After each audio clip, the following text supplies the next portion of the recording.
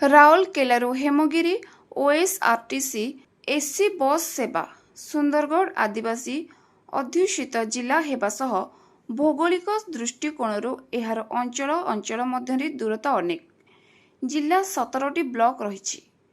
Hemgiri block କଥା ଚିନ୍ତା କରିବା ବେଳେ ଏହା ଜିଲ୍ଲାର ଗୋଟିଏ ପ୍ରାନ୍ତରେ ରହିବା ସହ ଏହା ପଡ଼ୋଶୀ ରାଜ୍ୟ ଛତିଶଗଡ଼ ସହ ଏହାର ସୀମା ଲାଗିଛି। ମାତ୍ର ଖୁସିର କଥା, ରାଉରକେଲାକୁ ହେମଗିରି ଏବେ ସରକାରୀ ଏସି ବସ୍ ସେବା ଜାରି ରହିଛି। ସକାଳ 7ଟାରୁ ହେମଗିରିରୁ ବାହାରି ବସ୍ଟି ପ୍ରାୟ 11:45ରେ ସେକ୍ଟର 2 ସରକାରୀ ବସ୍ଷ୍ଟାଣ୍ଡରେ ପହଞ୍ଚୁଛି। ଏଠାରେ 1 ଘଣ୍ଟା ବିଶ୍ରାମ ନେଇ ପୁନର୍ବାର 12:45ରେ ବାହାରି ରିଙ୍ଗ ରୋଡ୍ ଦେଇ ବିଶ୍ରା ଛକରୁ ସରକାରୀ ହସ୍ପିଟାଲ ରୋଡରେ ପାନପୋଷରେ ପହଞ୍ଚୁଛି।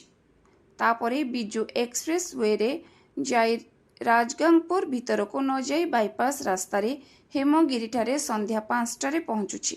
ବସ୍ର ଭଡ଼ା ମହିଳାଙ୍କ ପାଇଁ ଅଧା ବା 50%।